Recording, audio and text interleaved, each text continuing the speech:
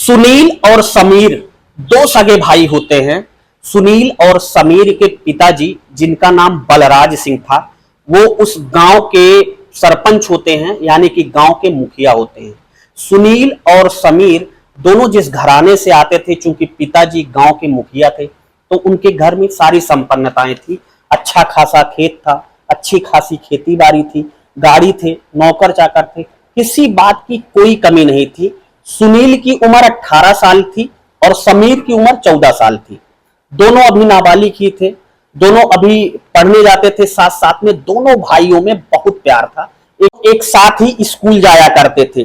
धीरे धीरे समय बीतने लगता है और पिता बलिराज सिंह को एक असाध्य बीमारी, जिसे हम कैंसर कहते हैं, उन्हें कैंसर ने घेर रखा था और कुछ दिन बाद ही धीरे धीरे बलिराज सिंह स्वर्गवासी हो जाते हैं।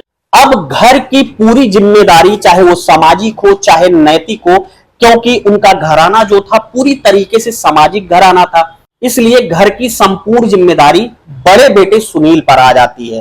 क्योंकि सुनील की उम्र अभी महज 18 साल थी, इसलिए सुनील अपने पिता के स्वर्गवासी होने के बाद ये समझ नहीं पाता है कि आखिर वो आगे की नैया कैसे पार लगाएगा अपने इस घराने की।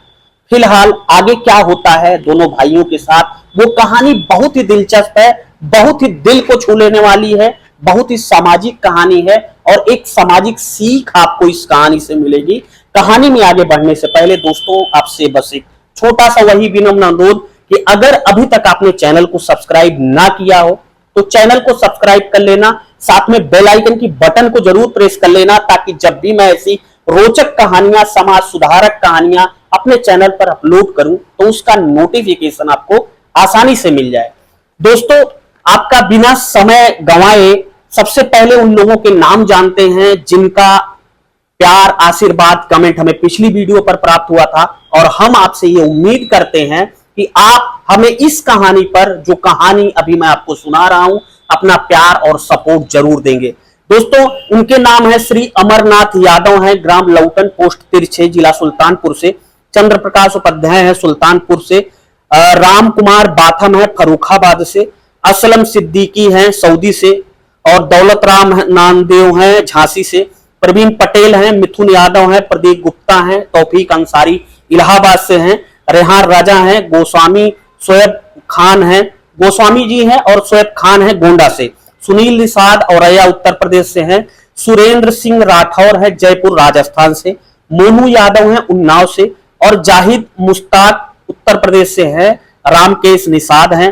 शाहिद करीम खान हैं वेस्ट बंगाल से। सुशील कुमार हैं अलीगंज एटा से। जफर खान और दीपक पासवान है हनुमानगढ़ से।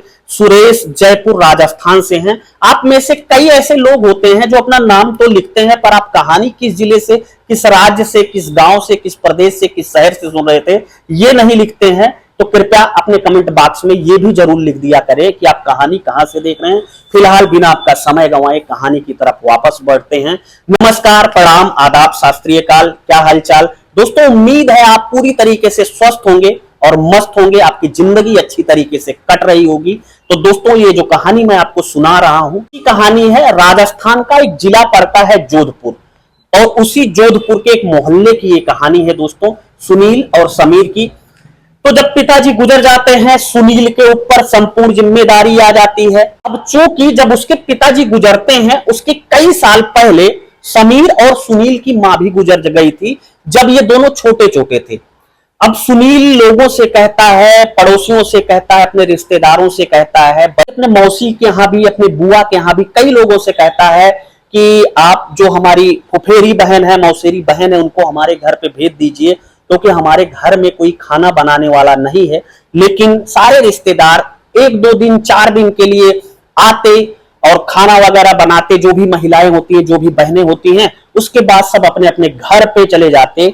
अब जब ये सारी चीजें पड़ोस वाले, गांव वाले देखते, तो वो कहते कि देखो सुनील, अब तुम्हारी उम्र करीब 20-22 साल की हो चुकी है और तुम्हें अब शादी कर लेनी चाहिए, क्योंकि घर की ऐसी स्थिति नहीं है और घर इस तरीके से चल भी नहीं पाता है। सुनील अब जब देखता है कि गांव के कई लोगों का दबाव, मोहल्ले वालों का दबाव, रिश्तेदारों का दबाव उसके सर पर लगातार शादी करने के लिए बन रहा है, तब वो मान जाता है और उसे लग भी रहा था और उसका छोटा भाई समीर कहता है कि सुनील भैया, अगर गांव वाले कह रहे हैं और घर में एक महिला की बहुत ज्यादा जरूरत भी है तो आप शादी कर लीजिए। अब सुनील शादी के बंधन में बन जाता है। सुनील की जो पत्नी होती है निशा, निशा से उसकी शादी होती है, जो कि उसके घर से करीब 20-25 किलोमीटर की दूर की रहने वाली थी। सब कुछ ठीक ठाक था। निशा शादी होकर सुनील के दाम्पत्य सूत्र बंधन में बनकर उसके घर वापस आती है। सब लोग बड़ा हंसी खुशी से अपना धीरे धीरे जीवन यापन करने लगते हैं। समीर देखता है कि सुनील की पत्नी निशा यानी कि उसकी भाभी उसे इतना प्यार देती है, क्योंकि वो घर का छोटा है। भले ही उसकी उम्र बड़ी हो गई हो, लेकिन वो भाभी बिल्कुल मां की तरीके से होती हैं और वो देवर अपनी उस भाभी को अपनी मां की तरीके ही देखता था। दोनों एक दूसरे से बहुत लाड प्यार करते थे और धीरे धीरे दोस्तों समय गुजरने लगता है। काफी दिन गुजर जाते हैं। काफी दिन के बाद समीर के भी रिश्ते आने लगे थे। समीर की शादी चूंकि सुनील को तय करनी थी और सुनील के इस बीच एक संतान भी हो गई थी, एक बेटा। अब सुनील समीर की शादी तय कर देता है और बड़े धूमधाम से समीर की भी शादी होती है। समीर की दुल्हन भी उसके घर पे आ जाती है। दोनों भाई खुशी खुशी अपना जीवन यापन करने लगते हैं। लेकिन सुनील की पत्नी और समीर की पत्नी कुछ दिन तक, 1-2 साल तक साथ रह पाती हैं। उसके बाद स्थिति ये आ जाती है कि सुनील की पत्नी और समीर की पत्नी आपस में परिवार को चला नहीं पाती हैं। दोनों आपस में लड़ने झगड़ने लगती हैं। जब दोनों भाई ये देखते हैं तब सुनील सोचता है कि एक मैं था जो अपने छोटे भाई को इतना प्यार करता था। पिता के गुजर जाने के बाद, मां के गुजर जाने के बाद मैं यहां तक पूरे घर की गाड़ी को चला कर लेकर आया, लेकिन आज ये दो बहुएं मिलकर हमारे दोनों भाई के रिश्तों में दरार डाल देंगी। अब समीर के भी लगातार कई बच्चे पैदा होते हैं। समीर के टोटल 4 बच्चे होते हैं। बड़े भाई सुनील को सिर्फ एक बेटा होता है। अब कई साल गुजर जाने के बाद एक दिन सुनील अचानक एक जमीन पर जाता है जो उसके पिता के नाम थी। मेन रोड की बहुत ही बेशकीमती जमीन थी। सुनील आगे की तरफ अपनी मार्केट बनवाने लगता है, कई कमरों का घर बनवाने लगता है, क्योंकि उसके दिमाग में चल रहा था कि वो मार्केट बनवा के किराए पर उठाएगा और जो उससे किराया आएगा उससे उसके बेटी की जिंदगी अच्छी तरीके से चलेगी। जब ये बातें धीरे धीरे समीर तक पहुंचती हैं तो समीर सीधा जाता है अपने बड़े भाई के पास, जहां पर मार्केट का निर्माण कार्य चल रहा था। अब वहां पहुंचता है और अपने बड़े भाई सुनील से पूछता है कि सुनील भैया, आप ये क्या कर रहे हो? ये जमीन तो हमारी दोनों भाइयों की है ना? तो सुनील समीर से कहता है कि समीर देखो, ये हमारे दोनों भाइयों की बिल्कुल है, लेकिन इसका जो आगे वाला हिस्सा है वो हमारे नाम से है और पीछे वाला जो है वो तुम्हारे नाम से है। तो वो कहता है कि भैया ऐसा कैसा बंटवारा? जो आगे वाला हिस्सा है वो तो मेन रोड पे है और मेन रोड की वजह से जो भी इस पे मार्केट बनेगी उसमें लोग ज्यादा आएंगे, ग्राहक ज्यादा आएंगे। और जो पीछे वाला है उसमें आप कह रहे हो कि रास्ता है, लेकिन वो आम रास्ता है, गांव का छोटा गली कूचे वाला रास्ता है। ऐसे में अगर मैं इधर निर्माण कार्य करूंगा तब मेरी मालियत वो नहीं रह जाएगी जो सामने की मार्केट की मालियत है। अब सुनील कहता है कि भाई ऐसा ही बंटवारा हुआ है। तो कहता है कि दरअसल पिता के स्वर्गवासी होने के बाद जो बैनामा हुआ था, अब मैं जाकर उसको निकलवाऊंगा। और सीधा उस जगह पे पहुंच जाता है जहां पे कागज पत्तर निकलता है। वहां से कागज पत्तर निकलता है तो पता चलता है कि सुनील जो बेशकीमती जमीन थी, जो सामने की साइड की जमीन थी, वो जमीन अपने नाम करवा चुका होता है, क्योंकि उस समय समीर नाबालिग था और छोटा था, उसकी इतनी समझ नहीं थी। खैर सुनील एक अच्छी खासी मार्केट सामने की तरफ बनाकर खड़ी कर देता है और निश्चिंत हो जाता है कि अब उससे इतने किराए आएंगे कि उसका जो एक बेटा है वो आसानी से अपनी जिंदगी गुजार लेगा। समीर के 4 बच्चे थे, 2 बेटियां और 2 बेटे। समीर भी जैसे तैसे अपनी जिंदगी गुजारने लगता है।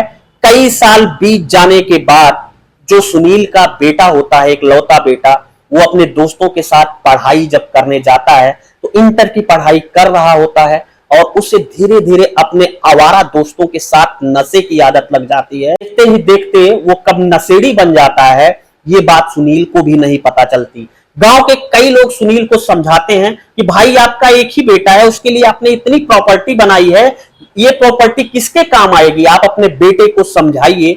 वो बाकायदा अपने बेटे को कई बार बैठाकर समझाता भी है, लेकिन उसका बेटा अब एक गलत रास्ते पर चल चुका था, जिससे शायद वापस आना उसके लिए अब संभव नहीं था। और इधर समीर की स्थिति ये थी कि उसने अपने दोनों बेटियों की शादी अच्छी जगह पर कर दी थी और उसके दोनों बेटे अच्छी जगह सरकारी नौकरी पा चुके थे। अब एक दिन सुनील की अचानक तबीयत खराब होती है, वो समीर को बुलाता है। समीर को जब ये पता चलता है कि उसके भाई की तबीयत आज बहुत ज्यादा खराब है, तो दौड़ा दौड़ा अपने भाई के पास जाता है और उसके बाद जब वो सुनील के पास बैठता है तो सुनील उससे रो कर कहने लगता है कि भाई देखो, तुम मेरे भाई थे, मुझे पता था कि तुम नाबालिग थे। पिता की मृत्यु के बाद पिता के हिस्से की जमीन मैंने अपनी सूझबूझ से, अपनी जानकारी से मुझे यह पता था इस जमीन की मालियत ज्यादा है, इस जमीन का महत्व ज्यादा है, उसे मैंने तुम्हारे धोखे से अपने नाम करा लिया था। मैंने सोचा ये था कि वो जमीन मेरी जो भी औलाद होगी उसमें एक अच्छा खासा मार्केट बनाऊंगा, और मैंने मार्केट बनाया भी। लेकिन मैंने तुम्हारे साथ दगा की थी, मैंने तुम्हारे साथ गद्दारी की थी, मैंने तुम्हारे साथ धोखा किया था। आज देखो समय कैसे बदलता है। मैंने अपने उस भाई के साथ, निश्चल भाई के साथ धोखा किया था, आज ऊपर वाला मेरे साथ धोखा कर रहा है। उधर तुम्हारे घर में जहां खुशियां हैं, सफलता है, इधर मेरे घर में बीमारी और नशा है। दोस्तों, ये समाज है। कभी भी अगर आप किसी निश्चल आदमी, निस्वार्थ आदमी के साथ गलत काम करते हैं तो आप यकीन मान के चलिए कि जब भी ऊपर वाला अपनी चक्की चलाता है तो उस चक्की में पीसता भले धीरे धीरे है, लेकिन पीसता बहुत बारीक है। दोस्तों, तो ये थी आज की पूरी कहानी। फिलहाल आपको ये पूरी कहानी कैसी लगी, और जाते जाते बस इतना ही कि आप कहानी कहां से, किस जिले से, किस राज्य से, किस गांव से, किस प्रदेश से देख रहे थे, और आप पूरी कहानी के बारे में क्या कहना चाहते हैं, अपने दिल की राय हमें कमेंट बॉक्स में जरूर बताइएगा। हमें आपके प्यारे कमेंट का इंतजार रहेगा। अगर कहानी आपको अच्छी लगी हो, आपको कुछ सीख मिली हो, आपके दिल को छुआ हो, तो दोस्तों चैनल को सब्सक्राइब और कहानी को शेयर करना बिल्कुल ना भूलिएगा। मिलता हूं ऐसी एक नई दिल को छू लेने वाली कहानी के साथ कल रविवार शाम 6 बजे। तब तक के लिए जय हिंद, वंदे मातरम।